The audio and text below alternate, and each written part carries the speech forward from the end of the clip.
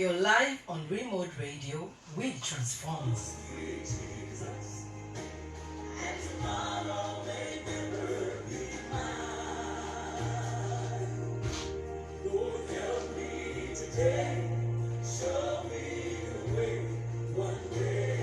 You're watching The Woman in You. The journey to womanhood, they say, is tough. Today we are going to learn a lot about marriage and sex. And I believe you're going to enjoy, you're going to learn a lot from it. I have a wonderful guest, and I believe that we're going to talk a lot. I love you so much, and I want you to share and then comment and then like, and then we move on and on and on. God bless you so much. Prophet Emmanuel J. Hello, Lady Reverend. You're welcome. Thank you. You're welcome to The Woman in You. Thank you for having me. Yes, today we want to talk about, I just don't want us to waste time because we have a lot to talk about, yes. And a lot of marriages are breaking, a lot of relationships are just falling and all that. There are things that are causing that. And I want us to look at that. First of all, what is marriage? We are talking about marriage and sex. So what is marriage at all? Okay, it's very, very important. The question you've asked me. Thank you so much for bringing me on your program. Today I'm so elated to come on Remould Radio and Remould TV. Marriage is a union between two people.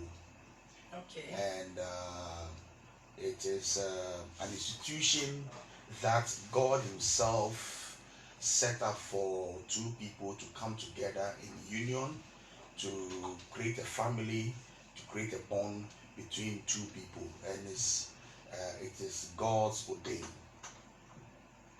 Right. So it means that man did not create marriage. No, man did The not source. create. Yeah. Okay. The source of marriage is from God. Okay. So if you read the book of Genesis, marriage started from the book of Genesis, where God created Adam. And the Bible says after God naming all the animals and giving them names and everything, God realized that for Adam there was no companion, there was nobody for him. And so God said that yes, he must create a companion for Adam. So God made Adam to sleep and took the rib and then created a man to also be a help to Adam. So marriage itself started from the Garden of Eden. It was God who ordained and instituted marriage. Yeah. Thank you so much. Thank you. Yes, so if that is the case, if God is the source of marriage, why do marriages fail? Okay, now everything that God creates, the devil also has a counterfeit. Okay. The agenda of the devil is to make sure that marriages fail. And these days you see that there's a lot of divorce in the world. A lot of divorce are happening, and it is becoming so easy to divorce nowadays. You see, God has created the institution, but also the devil also has plans also to make sure he breaks marriages. So even though the institution came from God and God made it, the devil is, we should remember that when God created Adam and Eve, the first thing the devil did was to separate Adam from God. Adam and Eve from God. Okay. Yeah, because they were together and they were having fellowship with God. They were having union with God. And then the devil stepped in to break that union. So always, the devil is looking for ways to break that union between man and God. So he comes in and destroys what God has instituted. He was there when God created Adam and Eve. So he knows about marriage. So he always, and sometimes one of the reasons why marriages break nowadays is because of misunderstanding, unforgiveness. People are not ready to forgive each other. a lot of things are happening, but we know that God says He hates divorce. So God, who created marriage, is saying that God, I hate divorce. So it's not something that is pleasant to God. So anything that goes contrary to marriage is against God. Wow. I think we are learning. You're watching The Woman in You on Remould Radio, and we are live on Facebook. I want you to comment, share, and like. Well, talk about separation and the devil also in mind. When you look at couples, who is the one that the devil can use? This question there, if you ask me this question, you want me to be a little bit biased because I am a man. So of course I'll push it to the woman. But you see, let's look at the Bible in Genesis, okay?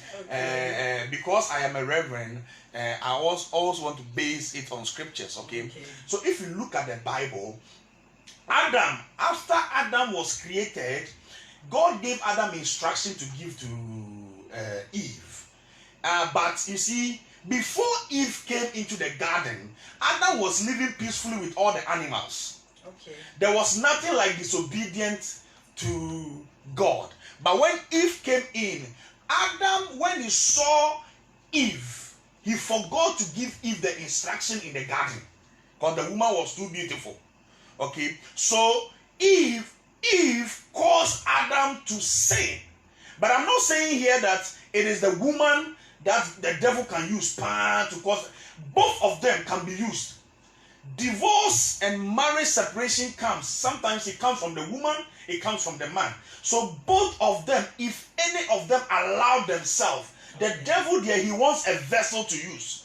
So if you allow yourself, whether you're a man or woman, whether you're a boy, a girl, a child or whatever, if you allow yourself, the devil will pass through you to bring divorce and chaos into the marriage.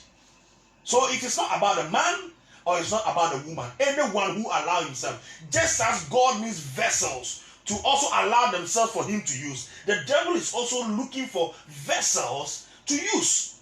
So it is both divides. Do we marry because of children? Well, I would say we don't marry because of children, but children are part of marriage. We marry because of one, union, companionship, fellowship, togetherness. That is the reason why we marry.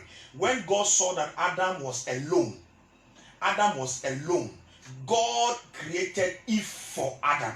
So we marry for companionship. God needed somebody to be a companion to Adam because he realized that Adam had created the animals and he knows the animals. I'm sure he plays with the lions, he plays with them, but he realized that Adam was behaving like animal, but he's not an animal, he's a man.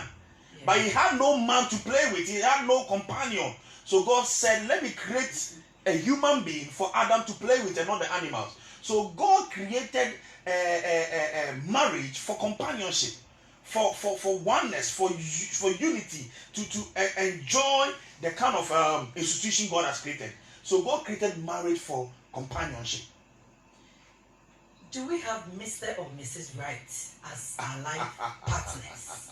Do we have something Mr. like or Mrs. Right? In fact, there is no Mr. Right, there is no Mrs. Right. You know, a lot of people say, I'm waiting for my Mr. Right to arrive. I'm waiting for my Mrs. Right to arrive. There's no Mr. or Mrs. Right. Listen, marriage is two people who have come from two different backgrounds, who have two different views of mind, who have two different attitudes coming together to become one flesh. Now, everybody is coming with their own unique nature or character. So both of the two must complement each other, must work on each other. There is no perfect person on this earth. There's no perfect person. There's no perfect man, perfect woman. If you want a perfect man to marry, then you have to wait. When we all die and we go to heaven, then you ask God for an angel to marry. Because there is no perfect person to marry on this earth, but you work your marriage, you make it work. You work together. There's no perfect person. Everybody, when you marry, you see, sometimes When you marry is when you know that, so my wife can do this thing. So my husband can do this thing. Why didn't all this thing come in the relationship or in the courtship so that I can know? So both of you work on each other to become, because there are a lot of challenges in marriage. But if you can understand yourself and work together, you become Mr. Perfect and Mrs.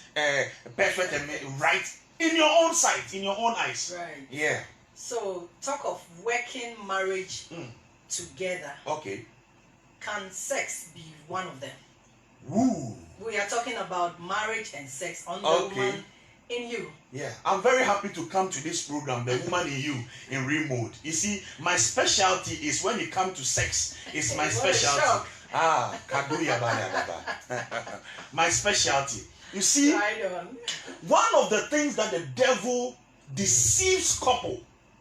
You see, marriage and sex goes together. Sex has been a topic of discussion in a lot of marriages, and the devil is stealing the joy in marriages by stealing the sex life in marriages.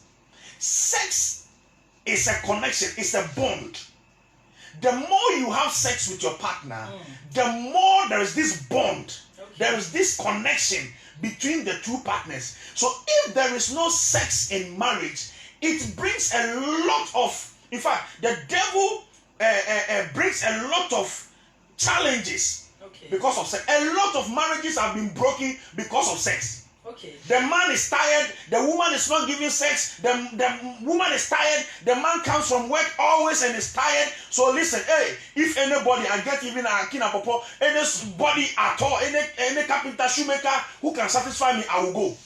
But this thing is, even in church, sex is a challenge.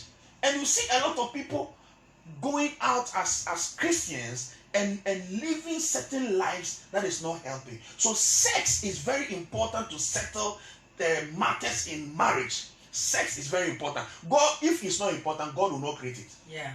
So can we say that lack of sex is the result of adultery in marriage? I will not say lack of sex is the result in total.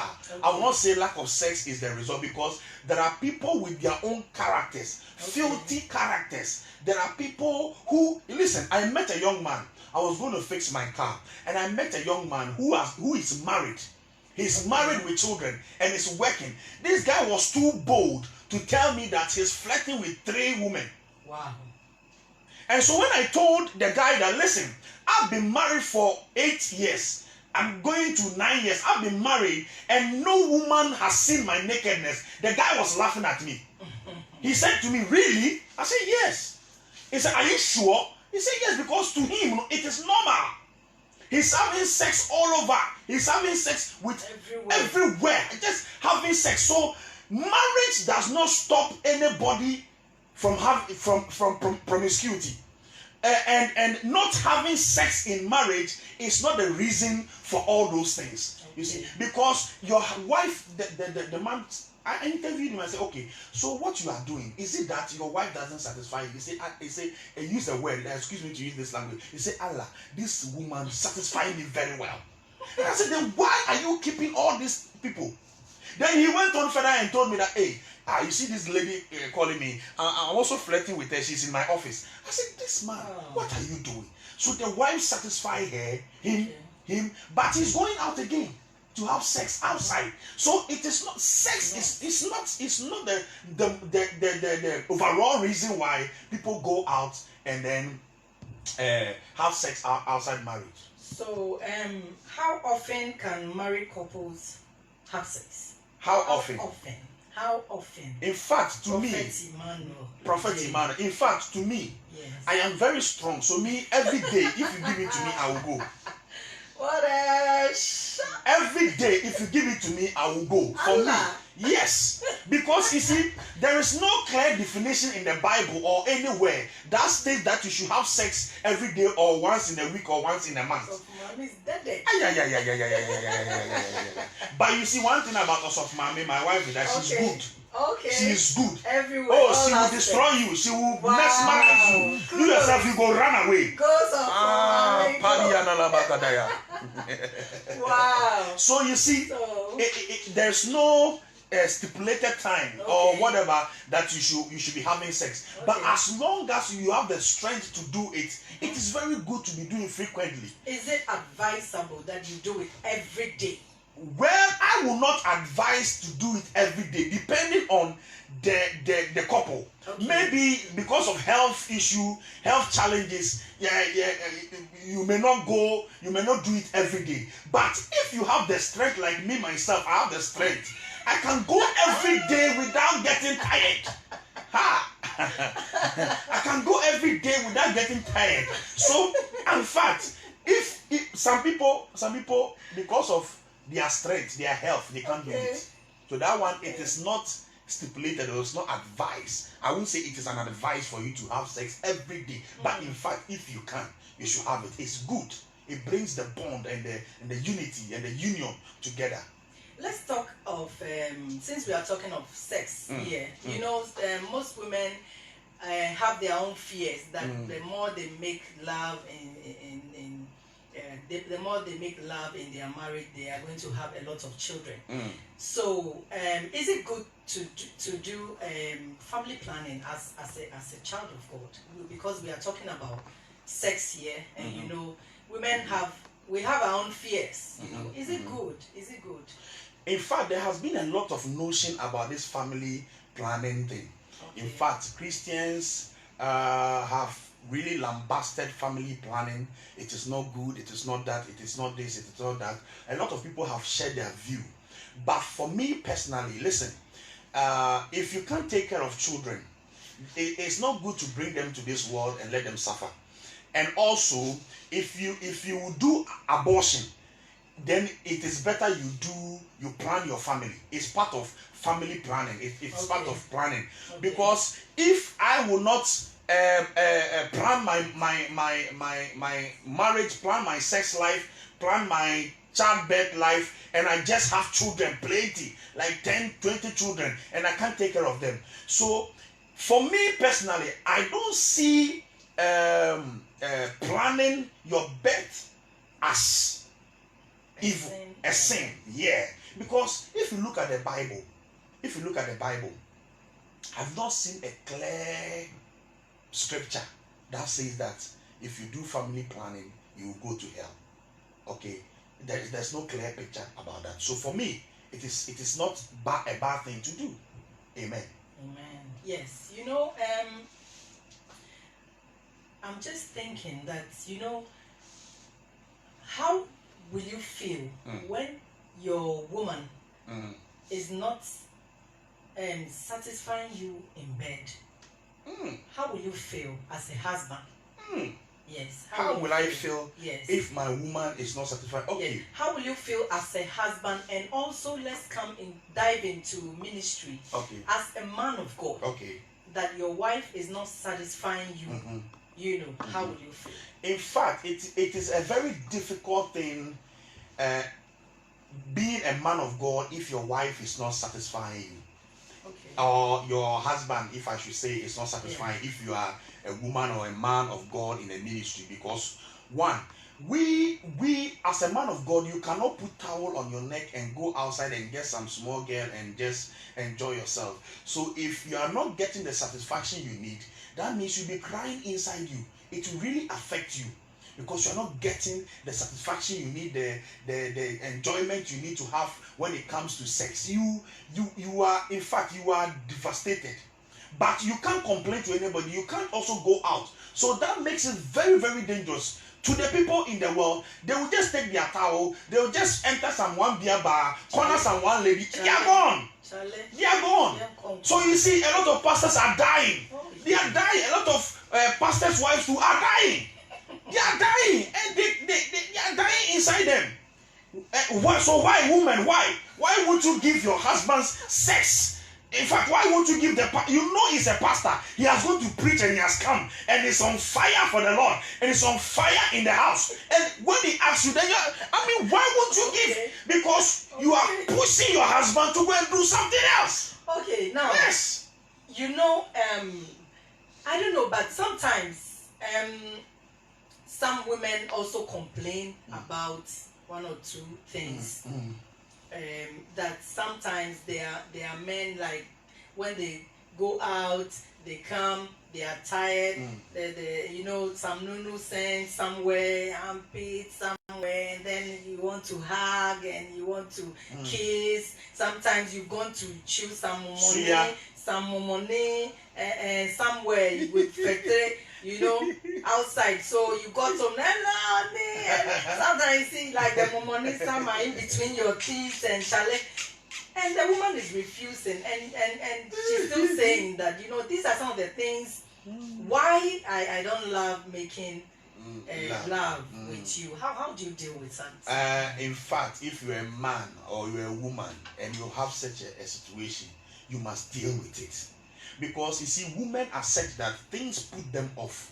Okay. If you are coming to a woman and you are going to eat some suya or some balango or some amani and your mouth is smelling jene or some garlic and your mouth is nunu scent and you come, you want to kiss, you want to touch, you want to do listen, if you were a man like that, you have to stop. When you come, you have to freshen up yourself, brush your teeth, and be fresh. Listen, my wife is a typical example. Listen, she has denied me of sex several times. Sometimes you pay me, and I'll go and sleep in the couch and be thinking about my whole self. Why? Because by the time I come home, I am tired and I don't want to bath. I just want to jump on the thing and then do the thing and go. But she's like, no, if you don't bath, you are not going to do it. No contribution, no job. So sometimes I get so annoying. And sometimes if you don't, then your man will come. Baby, what do you mean? I am the man. Come on, cash in my failure. Cash in my failure. Again, master, if me, the thing is my ear. If I don't open, you don't go shop. You get what I mean? So please, if you are going to eat suya, if you are going to chop something, brush your teeth, put some perfume on your body. My wife likes perfume. It's unfortunate me too, I don't have plenty perfume. Put perfume on yourself. Perfume, if you don't have perfume, bath and put powder on yourself. Saturday night powder, put it everywhere. Let everywhere smell fine. Smell. You are a man. You like in fact all the children should close their ears. You like blowjob, but your place is smelling. Your place is in. Who do you want to put his head there? The head there and do that for you? Wonderful people. Want to put his mouth there and be doing that for you. Meanwhile, the thing is smelling. Oh, it's not easy. You're listening to Remould Radio. This is the woman in you, and we are having fun learning at the same time. We want to know why the men, what they see in women they don't like, and the topic is marriage and sex. Prophet Emmanuel J. Yes, ma'am. What kind of dressing or costume would you like your wife to wear before bed? Oh, my wife, dear me, I'm in a hurry. I'm not going to describe any dress for you. Be ready. Oh. If you wear pants alone and you sleep, so that when I'm coming, according to the easy, smooth road. What a shock. Oh, smooth road. Smooth road. The road is clear. It's not that you're going to wear. Okay, you can wear 90. That is, it's plain. It's plain. It's plain. You see, it's plain like that. You see all the bobbies and everything inside. So when you are lying there and I look at the creation of God and I admire the creation of God and I see all the contours and everything, my God, that is what you should be doing. That is the kind of dress you should be wearing. If you are sleeping on bed with your husband, why would you go and wear jeans? For what? For what? Empty see yourself. Wear if you wear G-string, wear it and sleep. Wear something that when I come and I open, it's easy. It's easy. We're having time with the Lady Reverend Eleanor and also with Prophet Emmanuel Ejay, and we are learning a lot. You're watching The Woman in You. And I want to quote something from Maya Angelou. It says, each time a woman stands up for herself, she stands up for all women. And so if you're a woman out there, I want you to know that you can make it. Just stand up for other women. All right. There are lots of women around you, and I know you can make impact. You're watching The Woman in You. We're still on the talk marriage and sex. Is it good to admire somebody? I'm not talking about lust. Is it good for a husband to admire another woman? Admire. Okay. Admiration was placed in us by God. In fact, when God created everything, he said that it was good. He admired his creation. Okay. So for that one, you cannot take it from us as human beings. We see other woman and you admire that, oh, this woman is pretty. Like I can say Mariska is in the studio here. She's a pretty woman with a free conscience, free mind. But if you lustfully admire somebody, that is the how do you call it? The point that it takes you to another level. Okay. But admiring somebody, simply admire. But sometimes you have to be careful where you admire and who you admire. Where and who you admire. Tell us. And in whose company you are. Okay. And in whose company you are and you are admiring. Because listen, one, who you admire. Let's say you are walking in town, or you are in an office, or you are in a place, you are eating with your wife, and then maybe your wife is some chingalingi with some flat bottles and all that, and then you walk and you see a woman with all the curves and everything, and in the restaurant or wherever you are, you turn like that. As the woman is passing, you are turning, you are watching. Then when you turn to your wife, you say, hey, in fact, your wife will not, some women will not tell you, but sometimes they will be angry. They will be silent. So who you admire is very important. Two, where you admire. If you are working with your wife in and you go, in fact, we Christians, you don't go to even clubs and whatever, and you admire ladies who are rough, your wife may be angry. And the third thing I said is what? Who in whose presence? In your wife's presence or your husband's presence. You talk about even your ex. You talk about your ex that you've dated, 4 or 5 exes you've dated, and you admire them, and you do this, or you see a lady in the presence of your wife. And I remember one time I heard a man of God saying that when he's driving, he puts his wife's picture in front of his car, and then when the car is passing and he sees another woman and is admiring the woman, then he remember and watch the picture and say, my wife is the most beautiful woman in this world. My mother is the best cook in the world. And so as for we human beings, as far as we are human beings, we will admire. Yeah. But the mindset is what is important. So can it lead to lust? Can lead to lust. Who shall you win?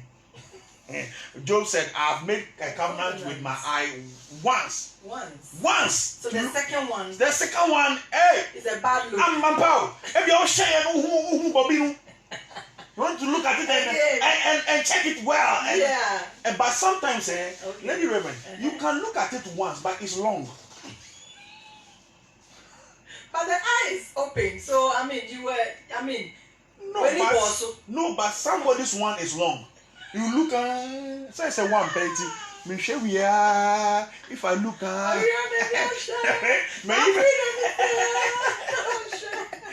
me sure one. Me sure it's 1 year long. Oh, you know what? Some few seconds. We're in it so much once. Yeah. It's a once. The second one is a sin, but once.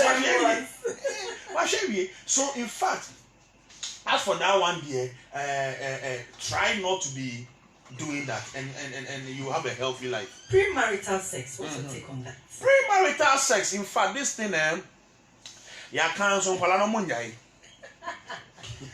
Ampa ya cancel kwala no munjai. Almost always the omagedem sa. Because premarital sex is not good. Premarital, se sia o kakra na amafo beka just say na manso anhwa meye den hu say God na befu na emfu. Se manso anhwe say meye de thank you for giving me water. Oh, Remould, you are good. Se manso anhwa meye den hu say this is how it is. But listen, premarital sex has really destroyed a lot of young ladies and young men. This guy I was talking about that I met in the mechanic shop, he was telling me a story. He said, listen, I wouldn't have said this thing, but I have to say it. He said, when he was young, the mother brought a maid, a lady, into their home. Okay. He said that is the genesis of all his problem. The lady, not knowing, the lady was Shewaga. So as young as he was sleeping with the lady without the notice of his parents. He said he slept with the lady until he grew up. Wow. So as young as he was having an affair with the lady. And the lady was teaching him because he was young. So that thing has affected him mentally. So that he even as he's married, he is still desiring extramarital affairs. Okay. So premarital sex, it is biblically, we are talking as Christians, premarital sex, it is not biblical and it is not good because it destroys your foundation. There's pride in having you to be married and you open up your treasures and your husband will pass through the waters. Okay, so friends in marriage. Can you tell us something about that? Friends in marriage. Yes. In fact, if you are married, whether good friend or bad friend. If you are married, you have to be selective of the friends you have. If you are married, as a man or a woman, you have to be selective. One, you can also have a lot of friends who are not married, and the advice they give you is not advice. If you talk about marriage, because they are not married, they don't understand. They are having their life, their free lives, having sex and all that, so they don't see what you see in marriage. Okay. So friends in marriage, one, they are important and they are also not important. Why am I saying this? There are some friends, when they come into your marriage, they make your marriage work. The advice they give you, they help you grow, they help your marriage to stand, they help you a lot. The kind of conversation you have are very helpful advice. But some of them, when you have issue, you tell them, the first thing they tell you, leave that man. Leave that man. He is like this, he is like that. They destroy marriage. So I say, if you are married, you have to be selective. The kind of people who counsel you, the kind of friends you work with. The Bible says, show me your friend and I'll show you what? Your character. Yeah. Show me your friend. Show me who you have. Show me your friend. Because you can't come to my marriage or be my friend when all the advice you give me is to leave marriage, is to forget about marriage, is to have fun outside marriage. You can't be my friend. How wise can we deal with quarrelsome in-laws? Quarrelsome in-laws, in fact. We're talking about marriage and sex. In fact, it is a very crucial thing. Quarrelsome in-laws. Some of them can even make you die. They can kill you. In fact, but you have to be wise. You have to pray. You have to pray to God. Believe in God and ask the Holy Spirit to help you. Because I've seen a quarrelsome how do you call it, an in-law, very quarrelsome, but this lady took the time, went to God, prayed, and God came through. At the end of the day, they became best of friends. So quarrelsome in-laws, there is something that is pushing the in-law to react, but there is nothing that God cannot do. I will not sit on the radio here and tell you fight with your in-law.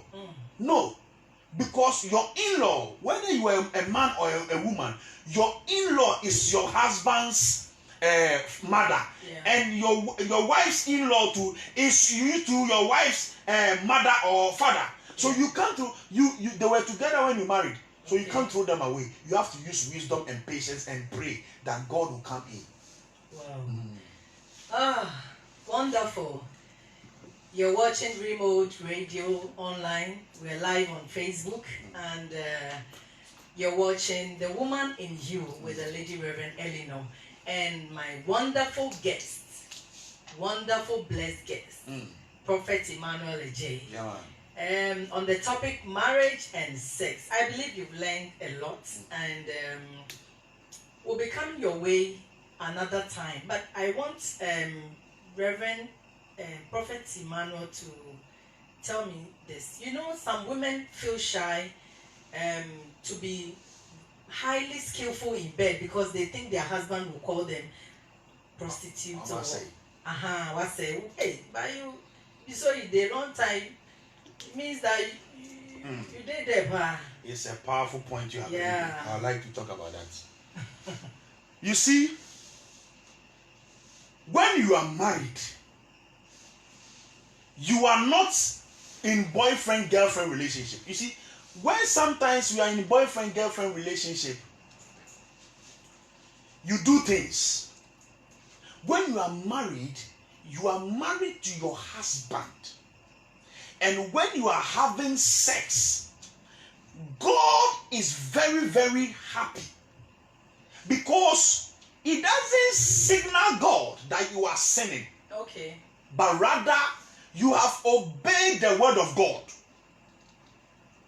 Listen, ladies who marry and they think that when I do something, my husband will think I'm a sport person. You be there, don't do it. Some small nyanga girl, some small nyanga girl will catch your husband, and the kind of things he will do to your husband, you know it all, but you are not doing it so that for your husband to like it. But some nyanga school girl will dribble your husband, and you'll be in trouble. So when you are married, open up, enjoy it. It is your privilege, your right. Enjoy every skill you have to do, but please don't be doing certain skills. Listen, you want to turn the person's head and put it on the ground. Why is he woman? Is he Tony, allow me. You see, me. Let me tell you something. I won't go far. I will give you my experience. Go far. My experience. My wife, when I married, in fact, I was doing missionary alone. Every time missionary crucify me, oh, crucify me. Yes, crucify me, oh, crucify me. That was what I was doing. And in fact, I got used to crucify me. So anytime I get that, I know crucify is coming. So I just crucify and I'm gone. Crucify and I'm gone. But in fact, recently,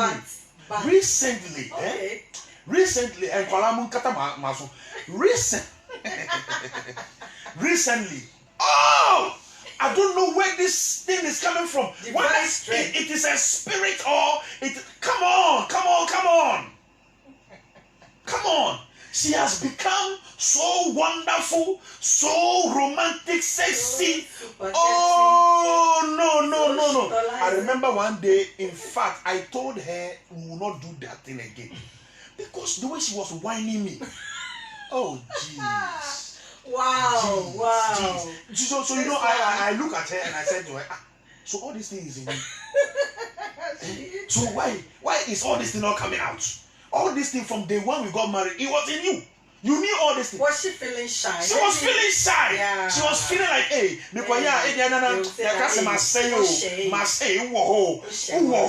so you know what? When she did the first one, she said that bonabaso because why said no more. I realized the next day I was dead.